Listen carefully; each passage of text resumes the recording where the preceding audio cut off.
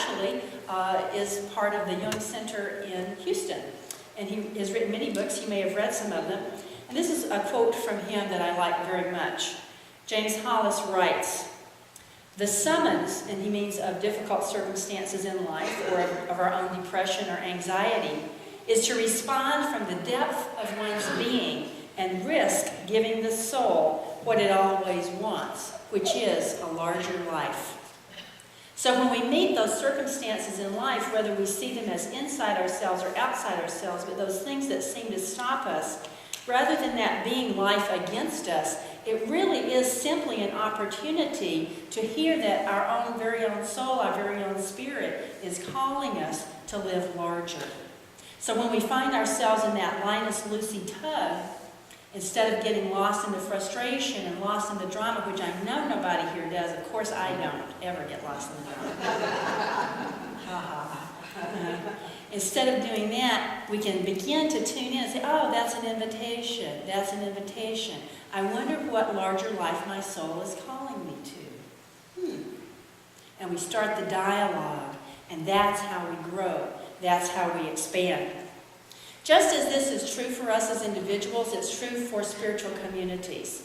And so during this transition time that we have in this time together that I'm here as your transition senior minister, we're doing 5 tasks all at once, actually. We're already all doing all 5 of them, whether you do it or not. Okay, we are. But we'll focus on different ones at different times. But we're telling our story. We're honoring the past. We're hearing your stories of how you see the church. That's one that we're hearing it all the time. You're talking with each other. I'm talking with you. We're going for the meals. As I work with your staff, as I work with the volunteers around the church, just everything, I'm certainly aware of it, and I know that it's happening also just amongst all of you. That we're beginning to tell our stories about this community and what it means to us and why it's important and how we see it and all the stories of the past and the good, bad, and the indifferent and how we see it as affecting us now. And it's wonderful because it's stirring the pot. Isn't that good?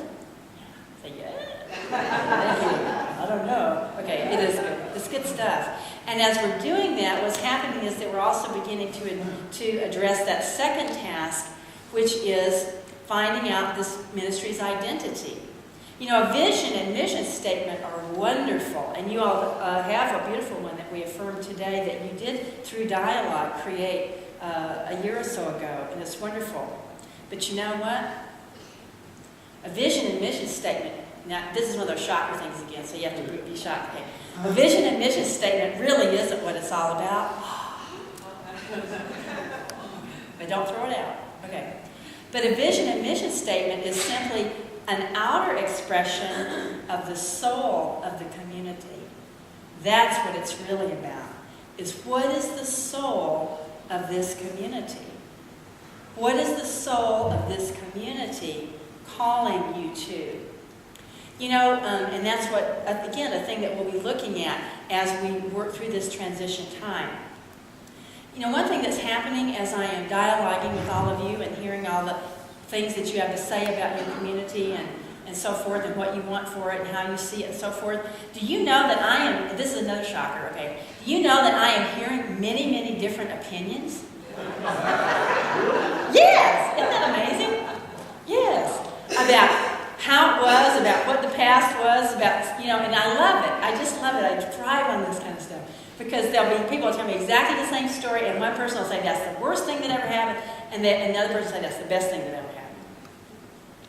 Or they'll tell me how they think that things ought to be done, and one person will say it ought to be done this way, and somebody will say it absolutely ought to be done that way. Now, I know that's a surprise, okay? And of course, it's true in every community. It's always like that. That's good. There's nothing wrong with that. If it weren't like that, I'll tell you I would be concerned because you remember Star Trek and Star Trek, which was this third generation or whatever, and the Borg. Remember that? Where they were part of this sort of, I don't know what it was. It was creepy, whatever it was. But they were sort of like robots or something.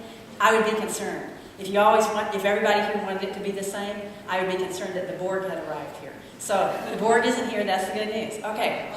Now, What's true about communities is that if communities stay at the level of opinion, what do you think happens to them? They get stuck, right? Because they're scattered in all kinds of different directions. So what people try to do sometimes is they think, well, then we all have, and again, they'll say, we all have to get on the same page. And again, that's a phrase I know that we use. I'm going to pick on it. All right. We all have to get on the same page. I don't think so. We've all got different pages, I think. I think what we have to do is sort of get in the same book. And what I mean by that, put all the pages in one book. Now that works, I think. But what I mean by that is that we have to go deeper. It's good to have all different kinds of viewpoints and all different kinds of folks in community, of course. What works is when we begin to look deeper and not erase the differences, for goodness sake. We want all the variety of expressions and opinions and viewpoints and understandings. It's like a facet of a beautiful diamond. We're all different facets. And what works is that as we understand ourselves in deeper ways and understand our underlying oneness, as we understand and come from our underlying harmony, then that's the paradox of spiritual community, and of all community really, is that we can go forward, we cannot be impeded, we can go forward in oneness and have a beautiful, brilliant rainbow of expression. Make sense? And that's how it really works. Now that sounds easy, doesn't it? Because we know in unity that we're all one. We say that all the time. That's our foundational principle. There's only one presence and one power, God the good, in my life and in this universe. It's one thing to say it up here, it's another thing to live it, and we all know that. And that's what we're working at in unity, and that's what we're working at in this spiritual community, and all communities across our world are working at that. So the question for a community is always, how deep are you willing to go? How deeply are you willing to risk to find out what James Hollis said, what's your soul calling you to? It's a risk. It is. Because it means you have to do something differently. It means you're going to have to face some things in your own individual life and the life of the church that maybe are difficult. It means that you're going to have to live from greater integrity. Meaning, integrity simply means congruence. It means walking, matching, talking. All human beings on the planet deal with that one. Okay? It's not unique to this community or anybody here. That's the human condition, is learning to walk in integrity.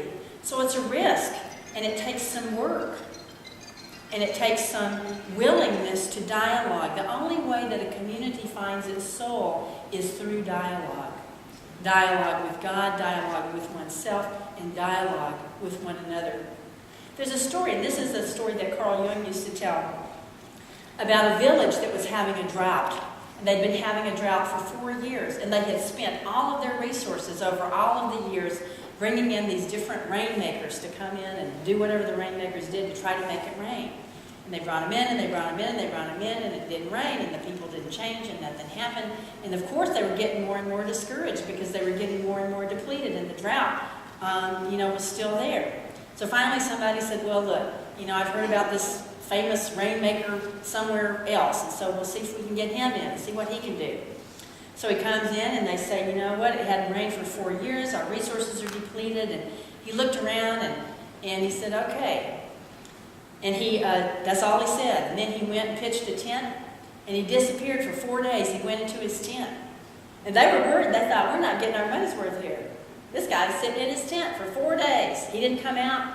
Nobody talked to him. He didn't want anybody bothering him. And then on the 5th day, the clouds started rolling in. There was some thunder and lightning, and it began to rain. And they were thrilled. And the drought was over. So the rainmaker finally comes out of the tent, and they say, oh, this is fabulous. They say, what in the world did you do? The drought's over, it's raining. And he said, I didn't do anything. I did nothing. And they said, well, of course you did something.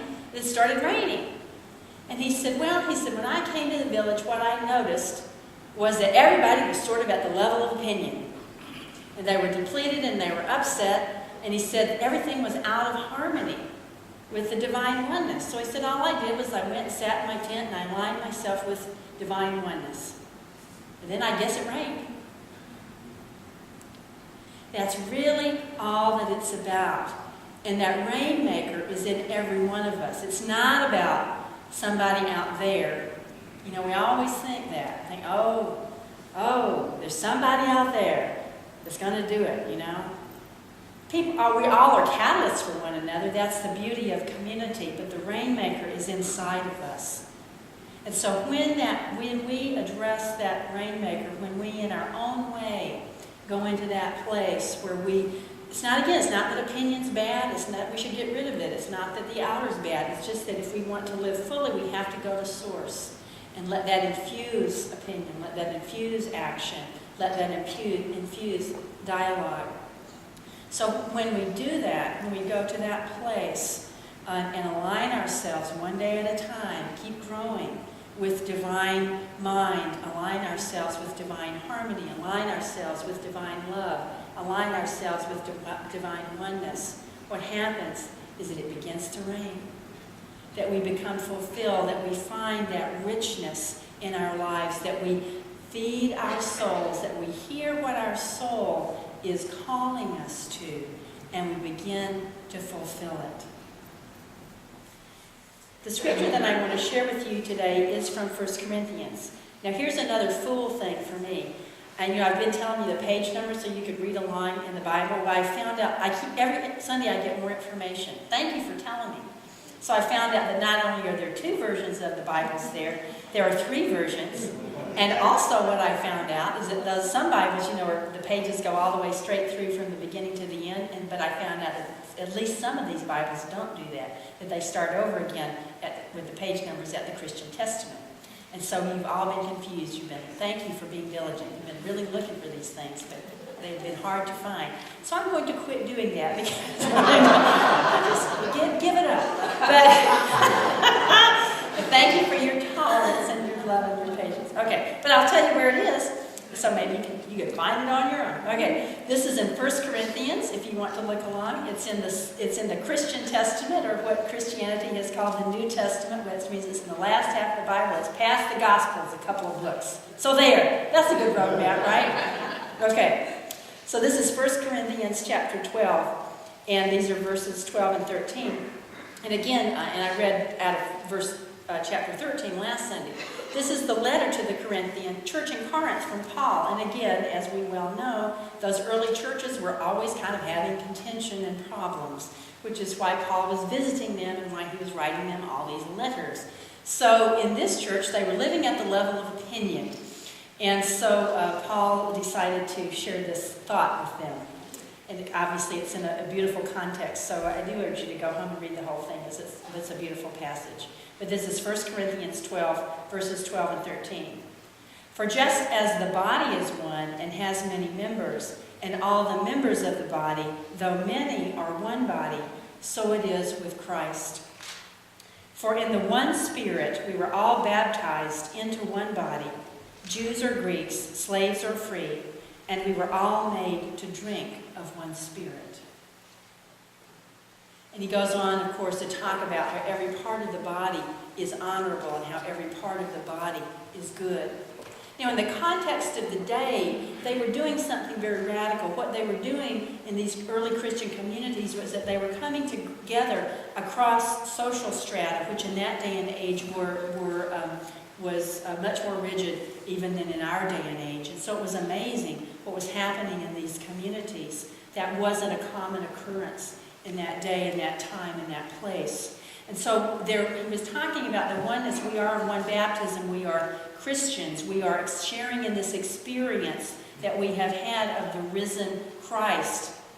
And what they meant by that was we were excited because we know that life somehow goes on, that even when bad things happen, that life goes on. And that was the impetus for the beginning of the Christian communities.